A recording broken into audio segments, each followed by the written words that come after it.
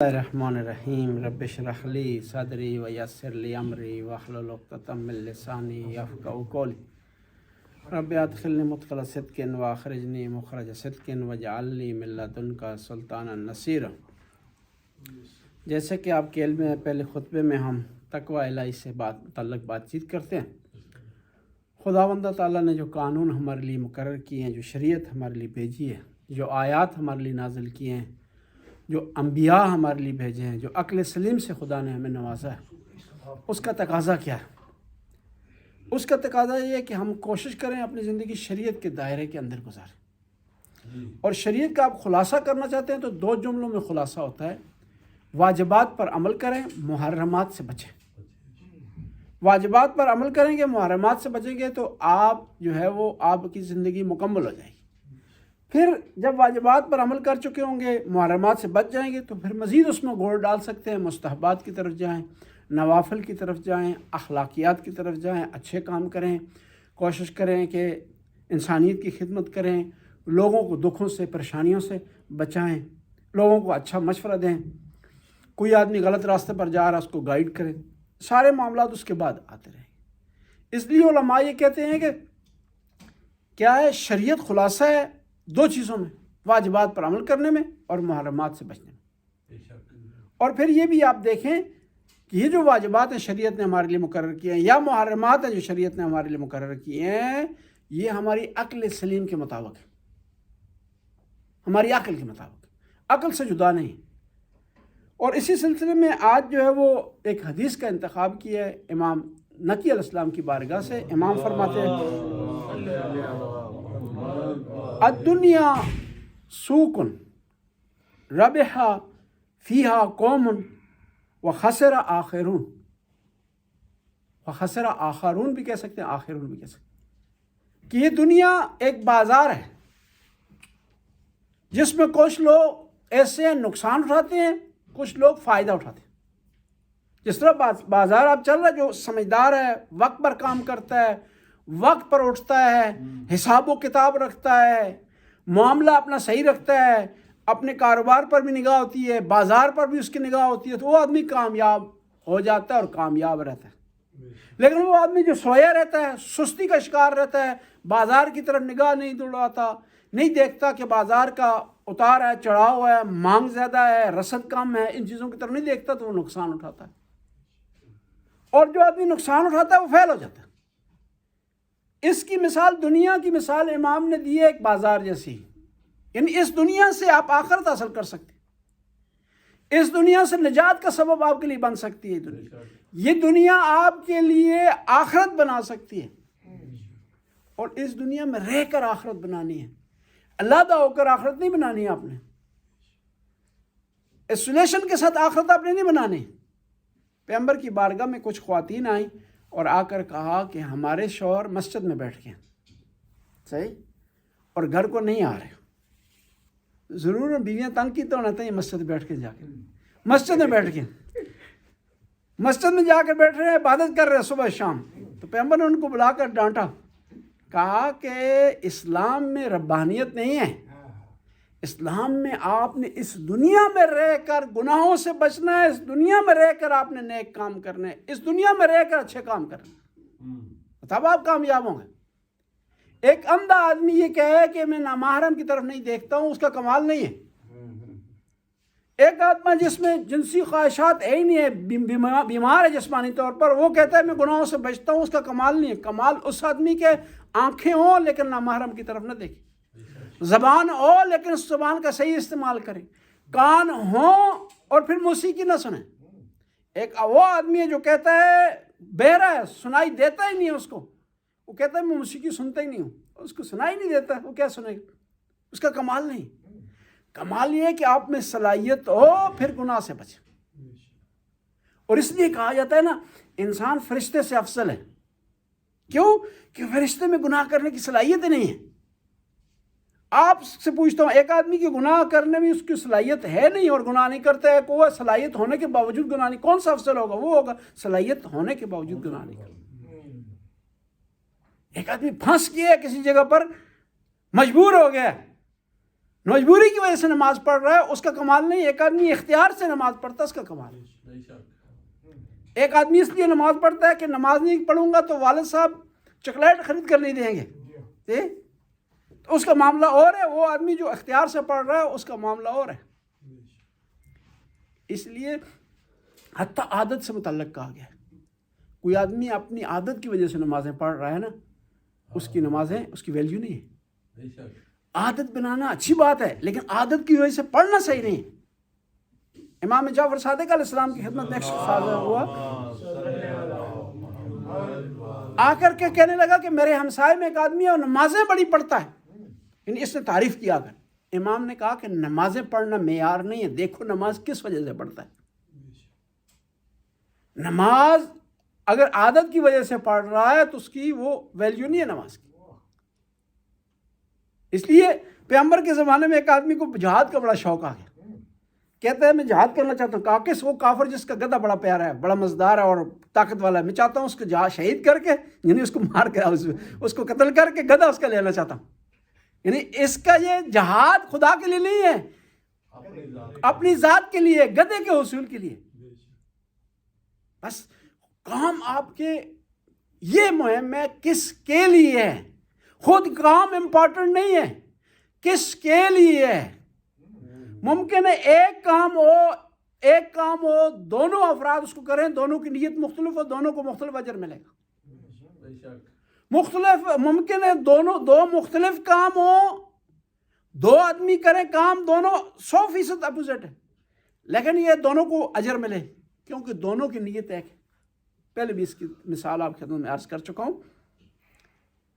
پرانے زمانے میں اس طرح ہوتا تھا نا کہ لوگ مسجد میں آتے تھے، سواری پر آتے تھے، جو نزدیک ہوتے تھے پیدل آ جاتے تھے، کیونکہ ہمارے ہاں جمعہ جو ہے وہ ایک فرسخ کے فاصلے پر ہونا چاہیے، 2 جمعے اس سے کم فاصلے پر نہیں ہو سکتے، یعنی تقریباً 5.25 کلومیٹر 2 جمعوں کے درمیان فاصلہ ہونا چاہیے۔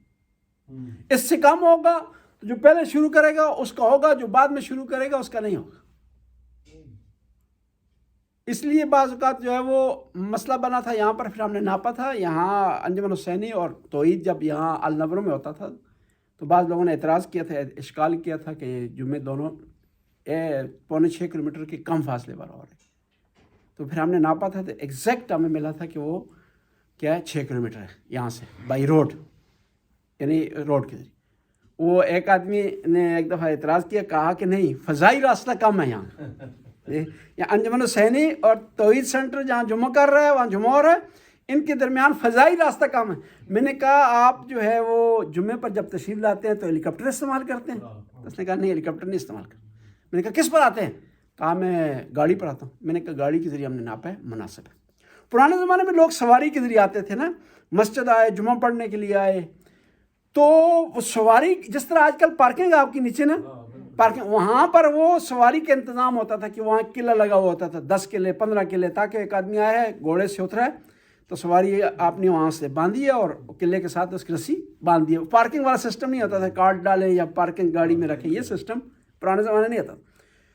تو ہمارے استاد مثال دیا کرتے تھے، کہتے تھے کہ ایک آدمی نے مسجد کے باہر قلعہ ٹھوکا ہے، ایک میخ لگائی ہے، اس نیت سے کہ نمازی آئے گا اپنی سواری باندھے گا، اس کو ثواب ملے گا۔ آدھے گھنٹے بعد میرے جیسا جذباتی سید آ جاتا ہے، سید ہی اکثر جذباتی ہوتا ہے، وہ قلعے کو اکھاڑ دیتا ہے، کہتا ہے قلعہ کیوں لگایا گیا؟ یہاں پر ممکن ہے رات کو نمازی آئے اندھیرے میں اس کو ٹھوکر لگ جائے، گر جائے، اور یہ جذباتی سید آیا اس نے اکھاڑا ہے، اس کو بھی ثواب ملے گا۔ کام دونوں مختلف ہے، ایک قلعہ لگانا ہے، ایک اکھاڑنا ہے، لیکن نیت دونوں کی صحیح ہے، نیت دونوں کی صحیح ہے، دونوں کو ثواب ملے گا۔ یعنی ثواب نیت پر ڈیپینڈ کرتا ہے۔ ایک آدمی 1,00,000 کروڑ لوگوں میں تقسیم کرتا ہے غریبوں، نیت یہ ہوتی ہے کہ لوگ جو ہے میرا نام لیں، میری تعریف ہو، میری ایڈورٹائزمنٹ ہو، لوگ کہیں کہ بڑا امیر بھی ہے اور سخی بھی ہے، اس کا قبول نہیں ہوگا۔ اس کے مقابلے میں ایک آدمی 10 کروڑ کسی غریب کو چھپا کر کے دیتا ہے، دکھلاوا نہیں کرتا، ظاہری دکھلاوا نہیں کرتا، نیت میں بھی اس کے دکھلاوا نہیں، یہ آدمی کامیاب ہے۔ بس اس دنیا میں رہ کر آپ نے کامیابی حاصل کرنی ہے. اسی دنیا میں کچھ لوگ خسارہ اٹھاتے ہیں، کچھ لوگ کامیابی اٹھاتے ہیں. دیکھیں نا، جب امام حسین کا قافلہ روانہ ہوا ہے کربلا کی طرف سے مکہ میں، 1.5 لاکھ حاجی تھے. اگر یہ سارے آ جاتے امام حسین کا ساتھ دیتے تو وقت کا امام پیاسا نہ مارا جاتا. لیکن اس میدان میں انہوں نے کمائی نہیں کی، لیکن وہیں کچھ لوگ کمائی کر گئے. میدان کربلا میں 30,000 کا لشکر تھا، اس میں حر نے کمائی کر لی، بخشش حاصل کر لی، مقام پا لیا. اس میں وہب کلبی اور اس کی ماں اور اس کی زوجہ نے کامیابی حاصل کر لی. لیکن اسی میدان میں کیا کیا؟ خسران حاصل کیا. کس نے؟ شمر نے، حکیم ابن طفیل نے، حرملہ نے، عمر سعد نے، ان لوگوں نے ناکامی حاصل کر لی. سامنے واضح تھا نا، دونوں پارٹیوں نے، دونوں گروپوں نے وقت کے امام کو دیکھا. 72 نے معرفت بھی حاصل کی اور اس 30,000 کے لشکر نے دیکھا لیکن معرفت حاصل نہیں. یعنی وقت کے امام کو دیکھنا کافی نہیں ہے، اس کی معرفت حاصل کرنا ضروری ہے. دیکھنے کی حد تک ہو نا. ہم کہتے ہیں نا کہ خدایا ہمیں امام زمانہ کا دیدار نصیب فرما. یہ کہیں دیدار بھی نصیب فرما، ساتھ معرفت بھی دے.